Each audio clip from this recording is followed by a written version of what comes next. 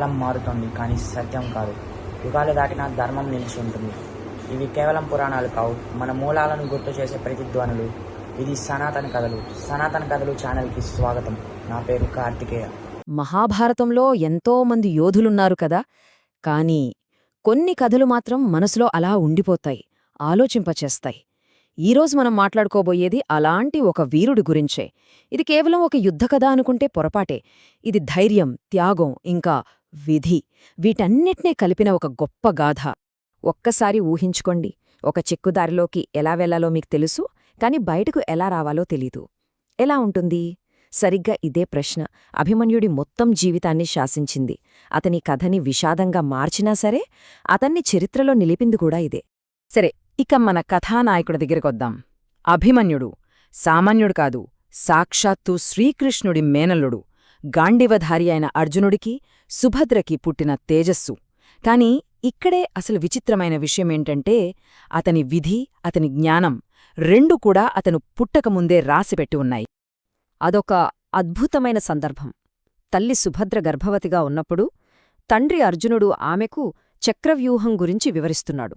అది ఎంత అభేద్యమైన వ్యూహమంటే దాని రహస్యం చెప్తున్నాడు. అయితే గర్భంలో ఉన్న ఆ పసివాడు అభిమన్యుడు ఆ మాటలన్నీ ఎంతో శ్రద్ధగా వింటున్నాడు. కాని ఇక్కడే అసలు కథ మలుపు తిరిగింది. విధి చూడండి ఎలా ఆడుకుందో. అర్జునుడు వ్యూహంలోకి ఎలా వెళ్లాలో చెప్పడం పూర్తిచేశాడు.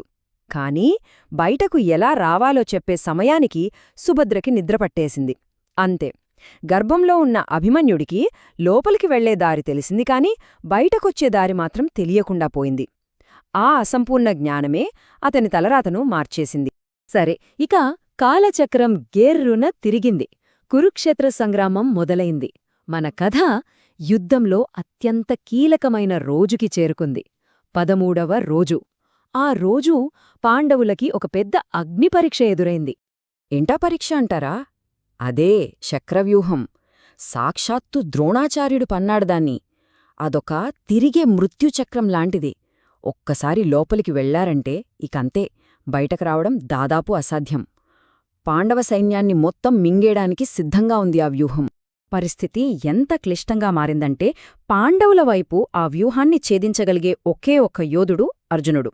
కాని ఒక పక్కా ప్లాన్ ప్రకారం కౌరవులు అతన్ని యుద్ధంలో వేరే వైపుకి తీసుకుపోయారు. ఇంకేముంది, పాండవులంతా నిస్సహాయంగా చూస్తూ ఉండిపోయారు. అలాంటి నిస్సహాయ స్థితిలో ఆ నిశ్శబ్దాన్ని బద్దలు కొడుతూ ఒక గొంతు వినిపించింది, గర్జించింది. అది మరెవరిదో కాదు, మన యువ అభిమన్యుడిది. నాకు చక్రవ్యూహంలోకి ఎలా వెళ్లాలో తెలుసు, నన్ను అనుసరించండి అంటూ పాండవుల పక్షాన ఒక ఆశాకిరణంలా అపారమైన ధైర్యంతో ముందుకు దూకాడు. అంతే, ఇక మొదలయింది అసలు పోరాటం. ఒక యువ సింహంలా కౌరవ సైన్యం మీద పడ్డాడు అభిమన్యుడు. తన అసాధారణమైన పరాక్రమంతో ఆ చక్రవ్యూహం మొదటి ద్వారాన్ని చీల్చి చెండాడాడు. అయితే అతను లోపలికి అడుగుపెట్టాడో లేదో ఆ వ్యూహం మళ్లీ మూసుకుపోయింది. అతను వెనకే వస్తున్న మిగతా పాండవ యోధుల్ని సైంధవుడు అడ్డగించాడు. అంతే, ఆ మృత్యుచక్రంలో అభిమన్యుడు ఒంటరివాడైపోయాడు. ఒక్కడే, చుట్టూ లక్షల మంది శత్రువులు. ఒకసారి ఆ పరిస్థితిని చూడండి. ఒకవైపు 16 ఏళ్ల కుర్రాడు ఒంటరిగా, మరోవైపు ఎవరో తెలుసా? కర్ణుడు, ద్రోణుడు, దుశ్శాసనుడు, ఇలాంటి మహామహులంతా, వాళ్లతో పాటు ఓ పెద్ద సైన్యం.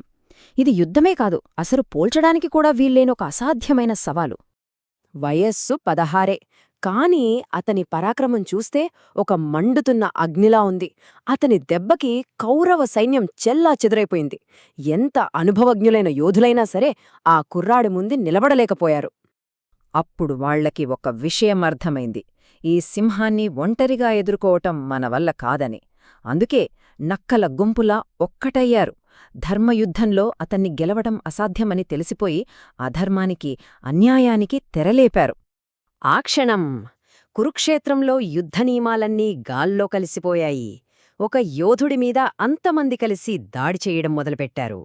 దాన్ని యుద్ధమనరు, అది హత్య. ఆ రోజు సాక్షాత్తూ ధర్మమే తలదించుకుంది.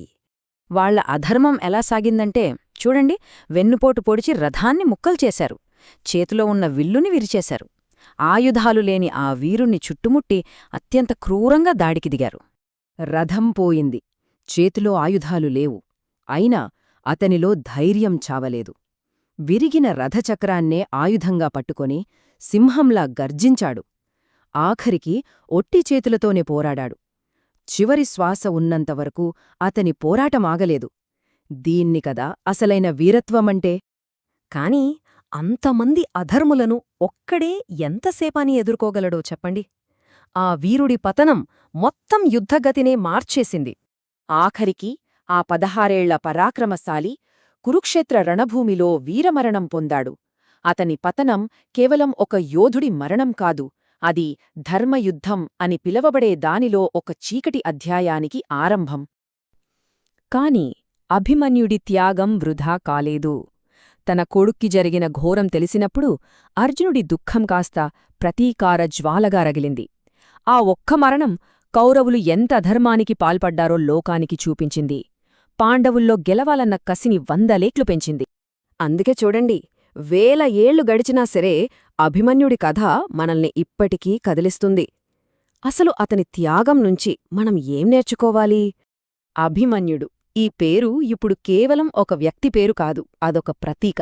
దేనికంటే అసాధారణమైన ధైర్యానికి, నిస్వార్థమైన త్యాగానికి, చివరి శ్వాసదాకా కర్తవ్యాన్ని వదలని పట్టుదలకి, వీటన్నిటికీ నిరువుటద్దం అభిమన్యుడు. అంటే ఈ కథ మనకు చెప్పే అసలైన నీతి ఏంటంటే, నిజమైన వీరత్వం గెలుపులో ఉండదు. ఓటమి మన కళ్ల ముందే కనిపిస్తున్నా సరే, ఏది న్యాయమో ఏది ధర్మమో దానికోసం చివరి వరకు నిలబడ్డంలోనే ఉంటుంది. మరే ఇప్పుడు మనం ఆలోచించుకోవాల్సిన ప్రశ్న ఇదే: వీరత్వం అంటే గెలవడమా, లేక ఓడిపోతామని తెలిసినా సరైన దానికోసం పోరాటమా? బహుశా ఈ ప్రశ్నకు సమాధానం మనందరిలోనూ ఎక్కడో ఒక చోటు